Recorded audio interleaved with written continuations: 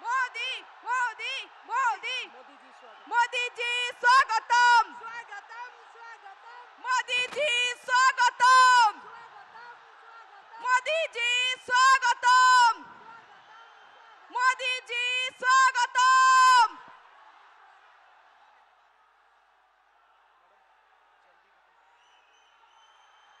मोदी जी स्वागतम।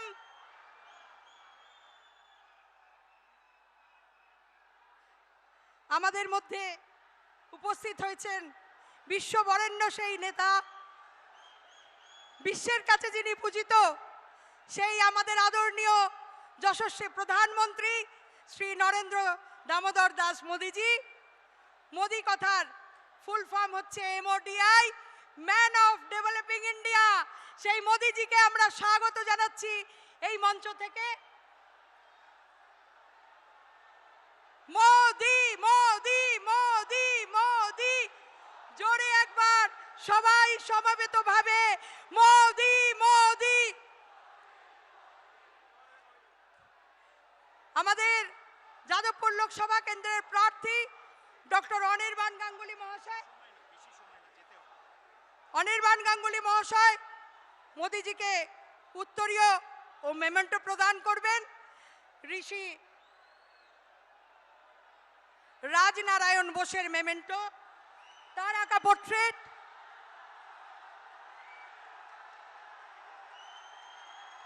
পরবর্তীতে আমি আগ্রহ করব আমাদের যাদবপুর সাংগঠনিক জেলার সভাপতি অধ্যাপক মনোরঞ্জন জোদ্দার মহাশয় এই রাজপুর সোনারপুরের বিপত্তারিণী মায়ের একখানি প্রতিমূর্তি প্রদান করবেন মোদিজিকে।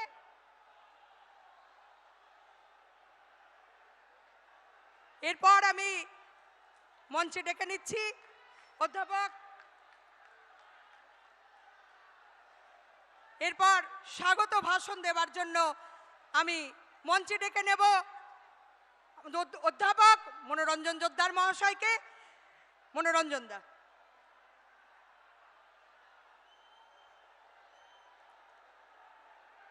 আজ ভারতীয় জনতা পার্টির যাদবপুর সাংগঠনিক জেলায় বিজয় সংকল্প সভা। আমাদের এই সংকল্প সভা আসন্ন লোকসভা নির্বাচনে ভারতীয় জনতা পার্টিকে বিজয়ের মাধ্যমে পুনরায় মাননীয় নরেন্দ্র মোদীজিকে প্রধানমন্ত্রীত্বের আসনে প্রতিষ্ঠিত করা। এই সংকল্প সভায় উপস্থিত আছেন ভারতের যশস্বী প্রধানমন্ত্রী, নতুন এবং বিকশিত ভারতের কারিগর মাননীয় নরেন্দ্র দামোদর দাস মোদীজি। তাকে আমি অন্তরের অন্তঃস্থল থেকে স্বাগত জানাচ্ছি। এই সভার পক্ষ থেকে এবং ভারতীয় জনতা পার্টি যাদবপুর সাংগঠনিক জেলা এবং দক্ষিণ কলকাতা জেলার পক্ষ থেকে তাকে স্বাগত জানাই। শিবানীপীঠ, বিশালাক্ষী দেবীর মন্দির এবং মহাপ্রভুর কীর্তন খোলা খ্যাত এই বারুইপুরের মাটিতে এই ঐতিহাসিক সভায় পুনরায় মোদিজিকে স্বাগত জানাই। আমি স্বাগত জানাচ্ছি দক্ষিণ কলকাতার সভাপতি অনুপম ভট্টাচার্য মহাশয়কে, স্বাগত জানাচ্ছি যাদবপুরের প্রার্থী ডক্টর অনির্বাণ গাঙ্গুলি মহাশয়কে, দক্ষিণ কলকাতা কেন্দ্রের প্রার্থী দেবশ্রী চৌধুরী মহাশয়কে। উপস্থিত আছেন পূর্বতন পশ্চিমবঙ্গ রাজ্যের পূর্বতন সভাপতি রাহুল সিনহা মহাশয়, আমি তাকে স্বাগত জানাচ্ছি। স্বাগত জানাচ্ছি মঞ্চে আর যে সমস্ত আমাদের নেতৃবৃন্দ উপস্থিত আছেন সকলকেই আমার স্বাগত।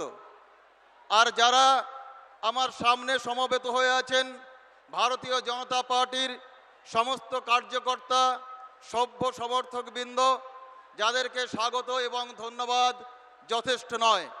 কারণ আপনারা 2018 এবং 2021 পরবর্তী সময়ে পশ্চিমবঙ্গের রাজনৈতিক মহামারী অতিক্রম করে ভারতীয় জনতা পার্টির পতাকা উড়িয়ে চলেছেন ভারত মাতা কি জয় এই মন্ত্র নিয়ে।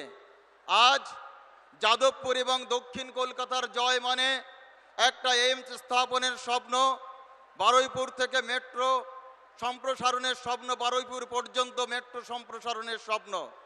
আজকে আমাদের স্বপ্ন দক্ষিণ 24 পরগনায় একটা বিশ্ববিদ্যালয়ের স্বপ্ন। আর এই স্বপ্ন সাকার হতে পারে যিনি এই স্বপ্নের কারিগর, যিনি বিকশিত ভারতের কারিগর। আপনারাই বলেছেন যে তিনি থাকলেই এটা সম্ভব। আপনারাই বলেছেন মোদি হ্যায় তো মুমকিন হয়। এখন সেই বিকশিত ভারতের কারিগর মাননীয় নরেন্দ্র মোদীজিকে আহ্বান করছি এই সংকল্প সভায় আমাদের দিশা দেখানোর জন্য।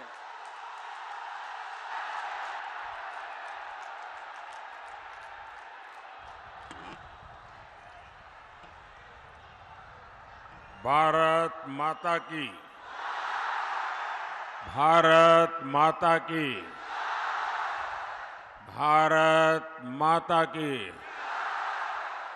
केमन आছেন যাদবপুরবাসী, केमन आছেন कोलकाता दक्षिणवासी। आप सब इतनी बड़ी संख्या में आए हैं और कल साइक्लोन बारिश का प्रभाव, यानी इतना बड़ा कार्यक्रम ऑर्गेनाइज करना ये छोटी बात नहीं है। और इसलिए मैं आपको भी बधाई देता हूं, आपको भी बधाई देता हूं। और मैं आज बंगाल में जहां जहां जा रहा हूं, ऐसा लग रहा है कि निरंतर आपका आशीर्वाद बढ़ता ही जा रहा है, बढ़ता ही जा रहा है। बंगाल के प्रबुद्ध लोग जानते हैं देश में दमदार सरकार होनी कितनी जरूरी है। और इसलिए इस बार 4 जून को नया इतिहास रचा जाएगा। और वो इतिहास क्या होगा? फिर एक बार, फिर एक बार, फिर एक बार, आभार एक बार, आभार एक बार, आभार एक बार। यहां कुछ लोग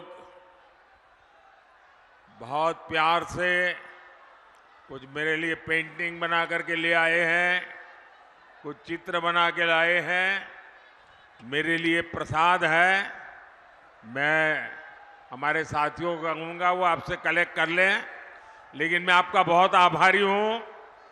अगर आप पीछे अपना नाम पता लिख देंगे तो मेरी चिट्ठी जरूर आएगी। लेकिन मैं आपके इस प्यार के लिए मैं आपका बहुत बहुत आभारी हूं। इस तरफ भी लोग हैं, वहां से भी कोई कलेक्ट कर ले। भारत, एक बहुत पीछे कोई हमारा नौजवान है, उनका भी जरा उनकी भावना का भी आदर किया जाए।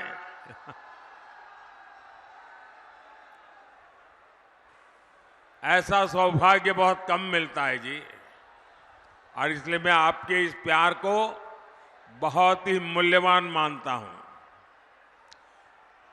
बोले भारत माता की, भारत माता की जय श्री राम, जय श्री राम। मैं बीते 2 महीनों के दौरान पश्चिम बंगाल के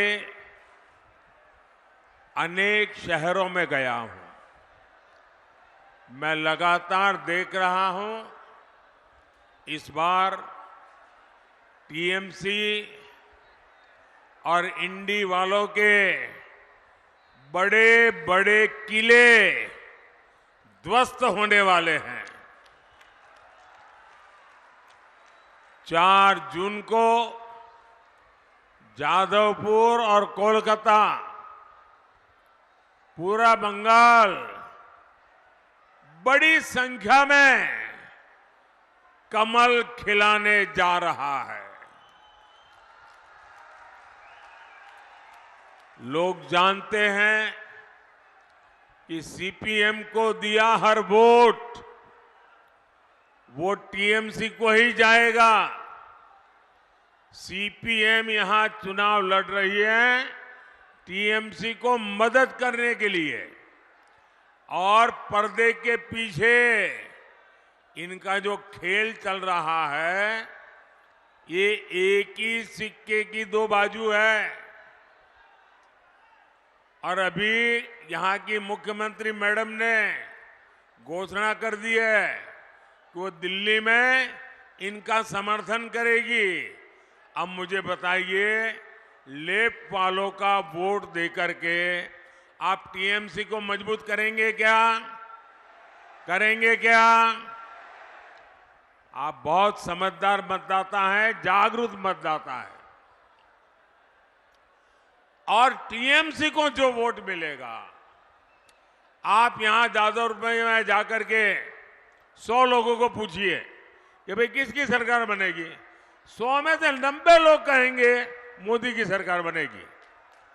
अगर जब पक्का ही है कि मोदी की सरकार बनेगी तो वोट बर्बाद करना चाहिए क्या? वोट फालतू में जाने देना चाहिए क्या? और इसलिए हमारा वोट मोदी सरकार को मजबूत बनाने के लिए, केंद्र में सरकार बनाने के लिए जाना चाहिए। जो विकसित बंगाल, विकसित भारत के संकल्प को लेकर के आगे बढ़ रहे हैं, भाई और बहनों, जादवपुर हो, कोलकाता हो, ये मनन चिंतन करने वालों का क्षेत्र है। मैं आपसे जरूर जानना चाहूंगा,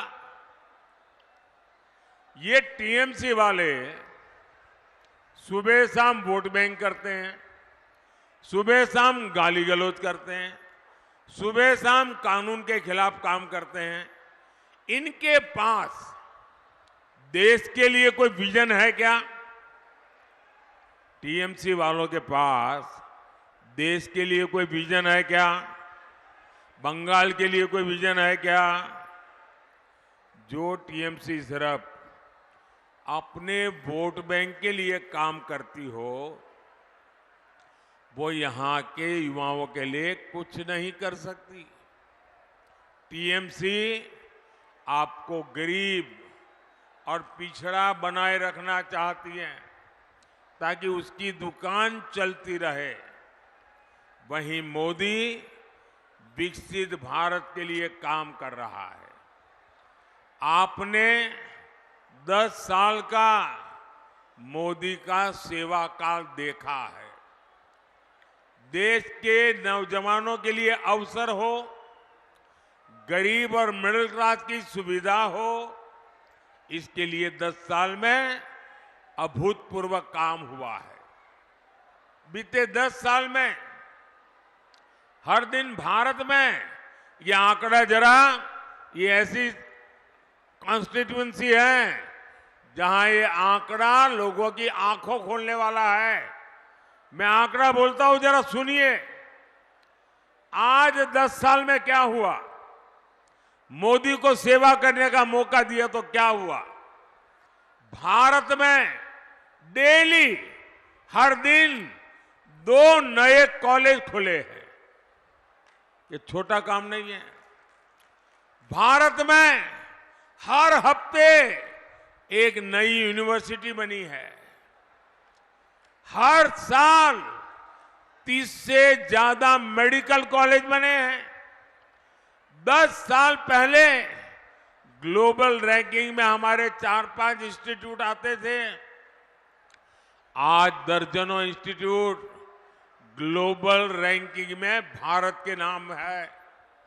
आज भारत दुनिया का तीसरा बड़ा स्टार्टअप इकोसिस्टम है। आने वाले 5 साल में हम भारत को ग्लोबल एजुकेशन, रिसर्च और स्किल डेवलपमेंट का हब बनाता देखेंगे।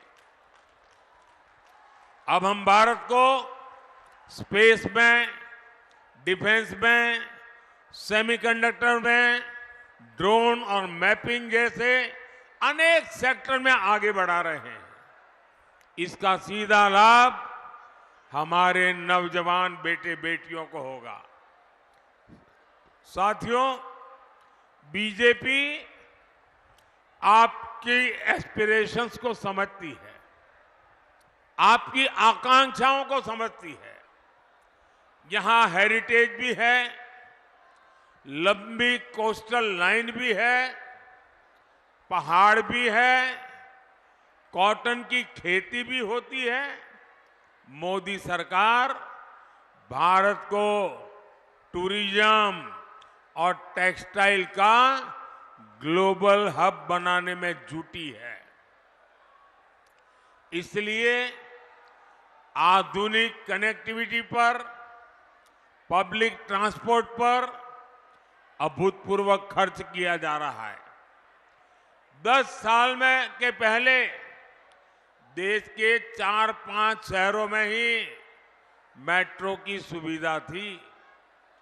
आज देश के 20 से ज्यादा शहरों में मेट्रो पहुंच चुकी है।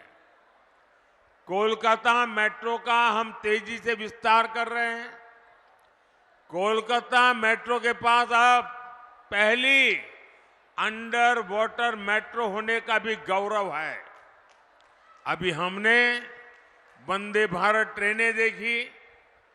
आने वाले 5 सालों में देश के ज्यादातर शहर वंदे भारत से जुड़े हुए होंगे। आने वाले 5 साल में हम इलेक्ट्रिक बसों का, इलेक्ट्रिक मोबिलिटी का विस्तार होता देखेंगे। ये नए भारत का नया ट्रांसपोर्ट तो होगा ही, ये नौकरियों का भी नया दौर लेकर आएगा। भाइयों और बहनों, मोदी जब विकसित भारत बनाने में जुटा है तो वो विकसित बंगाल के बिना संभव नहीं है। बंगाल को फिर वो पुराना गौरव दिलाना जरूरी है।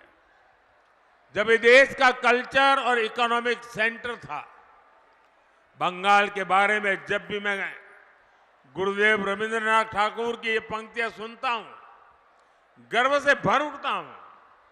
गुरुदेव ने कहा था, बांग्लार माटी, बांग्लार जल, बांग्लार वायु, बांग्लार फल, पुण्य होक, पुण्य होक, पुण्य होक के पुण्य होक है भगवान। मैं अपने उच्चारण दोष के लिए आपसे क्षमा प्रार्थी रहूंगा, लेकिन आप भी मानेंगे कि इन पंक्तियों में बंगाल की महानता के दर्शन होते हैं। दुर्भाग्य ये कि सीपीएम और टीएमसी की पॉलिटिक्स ने बंगाल को बर्बाद कर दिया है। ये सिर्फ पार्टियां 2 है, इनकी दुकान एक ही है और दुकान में सामान भी एक ही है। टीएमसी और लेफ्ट इंडी अलायंस में है। टीएमसी और लेफ्ट दोनों वोट बैंक अपीजमेंट की पॉलिटिक्स करते हैं। इन दोनों पार्टियों ने पश्चिम बंगाल को करप्ट सिस्टम दिया, तोलाबाजों का सिस्टम दिया, और सबसे बड़ी बात, ये दोनों पार्टियां एंटी डेमोक्रेसी है।